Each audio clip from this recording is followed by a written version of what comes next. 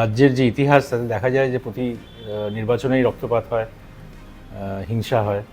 সেজন্য নির্বাচন কমিশনের প্রথম থেকেই যে লক্ষ্যটা সবচেয়ে বেশি তারা জোর দিয়েছিলেন যে লক্ষ্যের ওপর, সেটা হলো রক্তপাতহীন ইলেকশন এবং মানুষ যাতে নির্ভয়ে ভোট দিতে আসে। এবং পরবর্তীকালে যখন নির্বাচন হলো আমরা দেখলাম প্রথম ফেজেও 90% বেশি, দ্বিতীয় ফেজেও 90% বেশি, মানে আমরা যে সমস্ত পদক্ষেপ নিয়েছিলাম সেই পদক্ষেপের মধ্যে দিয়ে মানুষকে আশ্বস্ত করতে পেরেছিলাম। তারা বেরিয়েছিলেন, বিশাল সংখ্যায় বেরিয়েছিলেন এবং ভোট দিয়েছিলেন।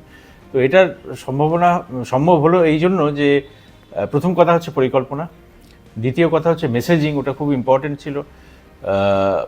নির্বাচন কমিশনাররা, বিশেষ করে চিফ নির্বাচন কমিশনার যে ধরনের মেসেজ প্রথমেই দিয়ে দিয়েছিলেন, সেই মেসেজটাই আমরা পুরো পর্বে রিপিট করে গেছি এবং সবচেয়ে নিচু স্তরের কর্মী থেকে সবচেয়ে ওপরের স্তরের এই মেসেজটাই দেওয়া হয়েছে যে এটা একেবারে মানে এমনভাবে কাজটা করতে হবে যাতে কোনো হিংসার কোনো স্কোপ না থাকে।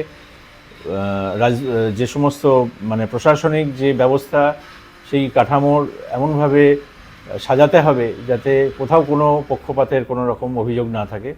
তো সেই কাজটা আমরা করতে পেরেছিলাম, সেই জন্যই মানুষ আস্থা রেখে আসতে পেরেছিলেন ভোট দিতে।